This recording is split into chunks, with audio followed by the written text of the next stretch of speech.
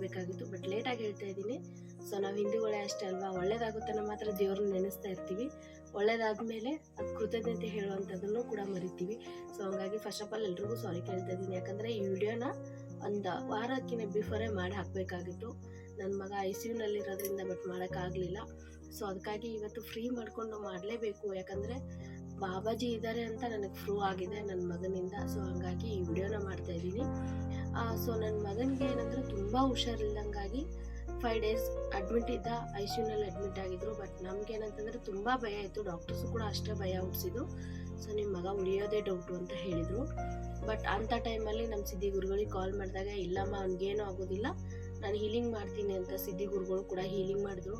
ಬಾಬಾಜಿದು ಕೂಡ ಅವತ್ತು ಅಭಿಷೇಕ ಇತ್ತು. ಬಟ್ ನಿಂಗಿದು ಪರೀಕ್ಷೆ ಟೈಮು ಬಂದಿದೆ, ಸೊ ಬಾಬಾಜಿಯವ್ರಿಗೆ ನೀನು ಅಭಿಷೇಕ ಮಾಡಿದ ತಕ್ಷಣ ಹೋಗು, ನೈಟ್ ಬಿಡು ನೀನು ಬೆಳಿಗ್ಗೆ ಅನ್ನೋಷ್ಟರಲ್ಲಿ ನಿನ್ನ ಮಗ ಹುಷಾರಾಗ್ತಾನೆ ಅಂತ ಹೇಳಿದ್ರು. ಸೊ ಗುರುಗಳು ಹೇಳ್ದಂಗೆ ಸಂಜೆ 6 ಗಂಟೆಗೆ ಡಾಕ್ಟರ್ಸ್ ನನಗೆ ಆಯಿತು, ನನ್ನ ಬಾಬಾಜಿದು ಅಭಿಷೇಕ ಮುಗಿಸ್ಕೊಂಡು ಮಾಡ್ಕೊಂಡೆ ಹೋಗೋಣ, ಏನೋ ಇದು ಪರೀಕ್ಷೆ ಬಂದಿದೆ ಅಂತಂದರೆ ಸುಮ್ಮನೆ ಯಾರೂ ಹೇಳಲ್ಲ ಗುರುಗಳು. ಸೊ ಆ ಟೈಮಲ್ಲಿ ನಮ್ಮ ಗುರುಗಳು ಹೇಳಿದ್ದಾರೆ ಅಂದರೆ ಹೌದು, ಇದು ಕರೆಕ್ಟು. ಯಾಕಂದರೆ ದೇವ್ರನ್ನ ನಂಬೋದು ಅಷ್ಟೇ ಈಸಿ, ಬಟ್ ಆ ಪರೀಕ್ಷೆನೂ ಕೂಡ ಗೆಲ್ಲೇಬೇಕು ಅನ್ನೋದ್ರಿಂದ ಆಯಿತು ಅಂತ ಅಭಿಷೇಕ ಮುಗಿಸ್ಕೊಂಡೆ ಅವತ್ತು ನೈಟ್ ಹೊರಟ್ವಿ. ಸೊ ಗುರುಗಳು ಹೇಳಿದ ಪ್ರಕಾರನೇ ಬೆಳಿಗ್ಗೆ ಸಂಜೆ ಅವತ್ತು ಗುರುವಾರ ಅಭಿಷೇಕ ರೆಡಿಯಾಗಿ ಅಭಿಷೇಕಕ್ಕೆ ಹೋಗ್ತಾ ಇದ್ದಂಗೆ ನಮ್ಮ ತಂದೆಯವ್ರು ಫೋನ್ ಮಾಡಿ, ಇಲ್ಲ ಡಾಕ್ಟ್ರ್ ಹೇಳಿದ್ದಾರೆ ಮಗ ಹುಷಾರಾಗ್ತಾನೆ ಅಂತ ಹೇಳಿದ್ದಾರೆ, ಇದಕ್ಕೂ ಟ್ರೀಟ್ಮೆಂಟ್ಗೂ ಕೂಡ ಸ್ಪಂದಿಸ್ತಾ ಇದ್ದಾನೆ ಅಂತ ಹೇಳಿದರು. ಸೊ ಆವಾಗ ಸ್ವಲ್ಪ ಧೈರ್ಯ ಬಂತು, ಗುರುಗಳು ಹೇಳಿದ್ದು ಕರೆಕ್ಟು, ಇದು ಪರೀಕ್ಷೆ ಟೈಮೇ ಅಂತ ಹೇಳ್ಬಿಟ್ಟು ನಾವು ಸನ್ನಿಧಾನಕ್ಕೆ ಹೋಗಿ ಅಭಿಷೇಕ ಮುಗಿಸ್ಕೊಂಡು ನೈಟು ಬಸ್ಸಲ್ಲಿ ಸೀಟ್ ಸಿಗುತ್ತಾ ಇಲ್ಲೋ ಗೊತ್ತಿರಲಿಲ್ಲ. ಬಟ್ ಬೇರೆ ಟೈಮಲ್ಲಿ ಬುಕ್ಕಿಂಗ್ ಮಾಡಿದ್ರು ಕೂಡ ಸಿಗಲ್ಲ. ಬಟ್ ಅಂಥ ಟೈಮಲ್ಲಿ ಸೊ 2 ರಿಸರ್ವ್ ಥರನೇ ನಮಗೆ 2 ಸೀಟು ಕೂಡ ಸಿಕ್ತು. ನಾವು ಏನು ಟೈಮಿಂಗ್ ಅಂದ್ಕೊಂಡಿವೋ ಆ ಟೈಮಿಗೂ ಕೂಡ ನಾವು ಹಾಸ್ಪಿಟಲ್ ರೀಚ್ ಆದ್ವಿ.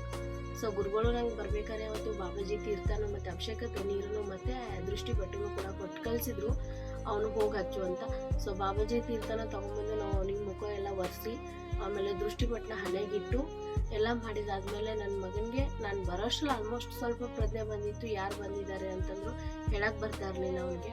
ಸೊ ಆ ದೃಷ್ಟಿ ಬಟ್ಟೆ ಇಟ್ಮೇಲೆ ಮಧ್ಯಾಹ್ನ ಅನ್ನೋಷ್ಟರಲ್ಲಿ ಅವನಿಗೆ ಸ್ವಲ್ಪ ಮಾತಾಡೋಕ್ಕೂ ಕೂಡ ಸ್ಟಾರ್ಟ್ ಮಾಡ್ದೆ. ನಾನು ಯಾರು ಅಂತ ಕೇಳಿದರೆ ಪಪ್ಪ ಮಮ್ಮಿ ಅಂತ ಹೇಳಕ್ಕೆ ಸ್ಟಾರ್ಟ್ ಮಾಡ್ದೆ.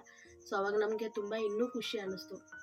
ಸೊ ಸಂಜೆ ಆಗ್ತಾ ಅವ್ನು ಸ್ವಲ್ಪ ಕಣ್ಬಿಟ್ಟು ನೋಡೋದು ಆ ಥರ ಎಲ್ಲ. ಅದು ಸೆಕೆಂಡ್ ಡೇಗೆ, ಫಸ್ಟ್ ಡೇ ಏನೂ ಇಲ್ಲದೆ ಇರೋನು ಸೆಕೆಂಡ್ ಡೇ ಅಷ್ಟು ಬಂದಿದ್ದಾನೆ ಅಂದರೆ ಅದು ಮಿರಾಕಲ್ಲೇ. ಯಾಕಂದರೆ ನಮ್ಗೆ ಬಾಬಾಜಿ ಇದ್ದಾನೆ ಅನ್ನೋದಕ್ಕೆ ಇದೇ ಒಂದು ಪ್ರೂವ್ ಆಗಿರೋದು, ಇದೇ ಒಂದು ಸಾಕ್ಷಿ. ಸೊ ನಾನು ಬೇರೆ ಅವ್ರು ಹೇಳಿದ್ದಾರೆ ಇವ್ರು ಹೇಳಿದ್ದಾರೆ ಅನ್ನೋಕ್ಕಿಂತ ನಾನು ನನ್ನ ಕಣ್ಣಾರೆ ನನ್ನ ಮನೆಯಲ್ಲೇ ನಾನು ರಿಸಲ್ಟ್ ನೋಡಿರೋದನ್ನು ನಾನು ನಿಮ್ಮ ಎಲ್ಲರ ಹತ್ರನೂ ಶೇರ್ ಮಾಡ್ತಾ ಇರೋದು. ಸೊ ಇದು ಏನಂತಂದರೆ ತುಂಬ ಮಿರಾಕಲ್ ಆಗಿರೋದು. ಸೊ ಅವತ್ತು ಹಂಗಾಯಿತು. ನೆಕ್ಸ್ಟ್ ಡೇ ಈವ್ನಿಂಗ್ ಆಗ್ತಾ ಅವನ ಹತ್ರ ನಾವು ಬಾಬಾಜಿದು ಪ್ರೇಯರ್ ಸಾಂಗ್ಸ್ ಎಲ್ಲ ಹಾಕಿ ಪಕ್ಕದಲ್ಲಿ ಫೋನ್ಗಳು ಇಡ್ತಾ ಇದ್ವಿ. ಬಟ್ ICUನಲ್ಲಿದ್ದಾಗ ಫೋನ್ ಅಲೌ ಮಾಡಲ್ಲ, ಡಾಕ್ಟರ್ಸ್ ಯಾರು ಇದನ್ನು ಮಾಡಲ್ಲ.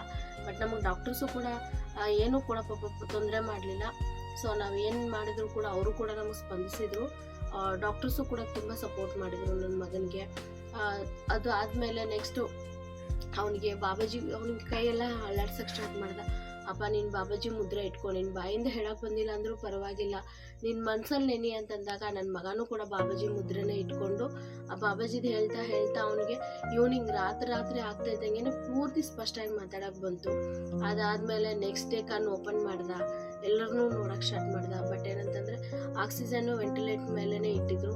ಸೊ ಅದಾದ ನೆಕ್ಸ್ಟ್ ಡೇಗೆ ಅವನು ಮತ್ತೆ ತಿರ್ಗಾ ಗುರುಗಳಿಗೆ ಕೇಳಿದಾಗ, ಇಲ್ಲಮ್ಮ ಹೀಲಿಂಗ್ ಮಾಡ್ತಾ ಇದ್ದೀನಿ, ತುಂಬ ಬೇಗ ಹುಷಾರಾಗ್ತಾನೆ ಅಂತ.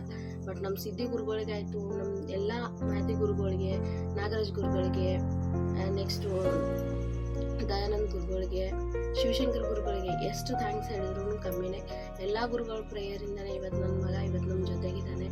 ಬಟ್ ಏನಂತ ಅವ್ರು ಹೇಳ್ತಾ ಇದ್ದಂಗೆ ಇಲ್ಲ, ಅವ್ನು ಅಮಾವಾಸ್ಯೆ ಒಳಗಡೆ ಡಿಸ್ಚಾರ್ಜ್ ಆಗ್ತಾನೆ ಅಂತ ಹೇಳಿದ್ರು. ಸೊ ಗುರುಗಳು ಯಾವ ಟೈಮಿಂಗ್ ಹೇಳಿದ್ರು ಆ ಟೈಮಿಂಗಿಗೆ ನನ್ನ ಮಗ ಮಾತಾಡೋಕ್ಕೆ ಸ್ಟಾರ್ಟ್ ಮಾಡಿದ್ದು, ಆ ಟೈಮಿಂಗಲ್ಲೇ ನೋಡೋಕ್ಕೆ ಸ್ಟಾರ್ಟ್ ಮಾಡಿದ್ದು. ನೆಕ್ಸ್ಟ್ ಸೇಮ್ ಟೈಮ್ ಅವರು ಯಾವ ಟೈಮ್ ಕೊಟ್ಟಿದ್ರು ಅದೇ ಟೈಮಲ್ಲೇನೂ ಕೂಡ ಡಿಸ್ಚಾರ್ಜ್ ಆಗಿ ನಾವು ಮನೆಗೆ ಬಂದಿದ್ದು. ಸೊ ಈ ವಿಡಿಯೋನ ನಾನು ಬಿಫೋರ್ ಬಂದ ತಕ್ಷಣನೇ ಮಾಡಬೇಕಿತ್ತು. ಸೊ ಮನೆಗೆ ಜನ ಅದೆಲ್ಲ ಹೋಗ್ತಾ ಬರ್ತಾ ಮಾಡೋದ್ರಿಂದ ಆ ಟೆನ್ಷನಿಂದ ಮಾಡೋಕ್ಕಾಗಿರಲಿಲ್ಲ. ಸೊ ಹಾಗಾಗಿ ನನ್ನ ಜೊತೆಗೆ ನಮ್ಮ ಬಾಬಾಜಿ ಇದ್ದಾರೆ ಅಂತ ಪ್ರೂವ್ ಆಗಿದ್ದು. ಸೊ ನನ್ನ ಮಗನ ಒಂದು ಪರೀಕ್ಷೆ ಇದೆ ಟೈಮಲ್ಲೇ. ಸೊ ಎಷ್ಟು ನನ್ನ ಬಾಬಾಜಿಯವ್ರಿಗೆ ಥ್ಯಾಂಕ್ಸ್ ಹೇಳಿದ್ರು ಕಮ್ಮಿನೇ. ಬಟ್ ಅವ್ನು ಹೆಂಗೆ ಹುಷಾರಾದ, ಯಾವ ಥರ ಇದ್ದ ಫಸ್ಟ್ ಪ್ರತಿಯೊಂದು ಫೋಟೋಸು ವಿಡಿಯೋಸು ಎಲ್ಲನೂ ಕೂಡ ಮಾಡಿದ್ದೀನಿ. ಸೊ ಈ ವಿಡಿಯೋಸ್ ಜೊತೆಗೆ ನಾನು ಫೋಟೋಸು ವಿಡಿಯೋಸು ಕೂಡ ಅಪ್ಲೋಡ್ ಮಾಡ್ತೀನಿ. ಅದಲ್ಲದೆ ಇವತ್ತು ನನ್ನ ಮಗ 1 ವಾರ ಆಯಿತು ಹುಷಾರಾಗಿ ಡಿಸ್ಚಾರ್ಜ್ ಆಗಿ ಮನೆಗೂ ಕೂಡ ಬಂದಿದ್ದಾನೆ. ಸೊ ಅವ್ನ ಕಡೆಯಿಂದ ನಾನು 1-2 ಮಾತು ಮಾತಾಡ್ತೀನಿ. ನಾನು ಒಬ್ಳೆ ಮಾತಾಡ್ರೆ ಆಗಲ್ಲ. ಸೊ ಅವ್ನು ಕೂಡ ಅವ್ನ ಪ್ರೇಯರ್ ಹೇಗಿತ್ತು, ಅವ್ನ ಒಂದು ಅನುಭವ ಹೇಗಿತ್ತು ಅನ್ನೋದು ಎಲ್ರಿಗೂ ಗೊತ್ತಾಗಬೇಕು. ಸೊ ಹಂಗಾಗಿ ನನಗೆ ಒಂದು ವಾರ ಹುಷಾರಿದ್ದಿರ್ಕಿಲ್ಲ. ನಾನು ಒಂದು ವಾರ ಐ.ಸಿ.ಯು ಒಳಗಿದ್ದೆ. ಐ.ಸಿ.ಯು ಒಳಗಿದ್ದಾಗ ನನಗೆ 1ನೇ ದಿನಕ್ಕೆ ಏನು ಪ್ರಜ್ಞೆ ಇದ್ದಿರ್ಕಿಲ್ಲ. 2ನೇ ದಿನಕ್ಕೆ ನಮ್ಮ ಮಮ್ಮಿ ಬಂದು ದೃಷ್ಟಿ ಕೊಟ್ಟು ಹಚ್ಚಿರೋದೆ, ಅದು ಬಾಬಾಜಿ ದೃಷ್ಟಿ ಕೊಟ್ಟು ಸಿದ್ಧಿಗುರುಗಳು ಕೊಟ್ಕೊತಿದ್ರಂತೆ. ಅದನ್ನು ತಂದು ಹಚ್ಚಿರು ನನ್ನ ಹಣೆಗೆ. ಸಾಯಂಕಾಲ ನಾನು ಸ್ವಲ್ಪ ಕೈ ಅಲ್ಲಾಡಿಸಿದೆ. ಸಾಯಂಕಾಲ ಕೈ ಅಲ್ಲಾಡಿಸಿದ್ದಕ್ಕೆ ನಮ್ಮ ಮಮ್ಮಿ ಓಂಕಾರೇಶ್ವರ ಬಾಬಾಜಿ ಅಂದು ಬಾಬಾಜಿ ಮುದ್ರೆ ಹೇಳೋಕ್ಕೂ ಅಂದರು. ತೊಡ್ಕೊಂಡೆ. ನಾನು ಜಸ್ಟ್ 3ನೇ ದಿನಕ್ಕೆ ನಾನು ಸ್ವಲ್ಪ ಕಣ್ಬಿಟ್ಟು ಸ್ವಲ್ಪ ತೊದಲು ನುಡಿ ಮಾತಾಡಿದೆ. 4ನೇ ದಿನಕ್ಕೆ ನನಗೆ ಫುಲ್ ಮಾತಾಡಕ್ಕೆ ಬಂದಿದ್ದೆ. ಮಾತಾಡಕ್ಕೆ ಬಂದಿದ್ದ ದಿನಾನೇ ನನಗೆ ಕಣ್ಣು ತೆಗಿಯಕ್ಕೆ ಬಂತು. ಆಗ ನಮ್ಮ ಮಮ್ಮಿ ಬಾಬಾಜಿ ಗುರುಗಳಿಗೆ ಫೋನ್ ಮಾಡಿಕೊಟ್ಟಾಗ ವಿಡಿಯೋ ಕಾಲ್ ಮಾಡಿದ್ರು ಗುರುಗಳು. ನೀನು ಹುಷಾರಾಗ್ತೀಯ, ನಾ ಎಲ್ಲ ಹೀಲಿಂಗ್ ಮಾಡ್ತೀನಿ ಅಂದರು. ಜಸ್ಟ್ ಅವತ್ತೇ ಸಾಯಂಕಾಲನೇ ನನಗೆ ವೆಂಟಿಲೇಟರ್ ಮತ್ತು ಆಕ್ಸಿಜನ್ ತೆಗೆದ್ರು. ಎಲ್ಲ ಗುರುಗಳಿಗೂ ನಾನು ಧನ್ಯವಾದಗಳು.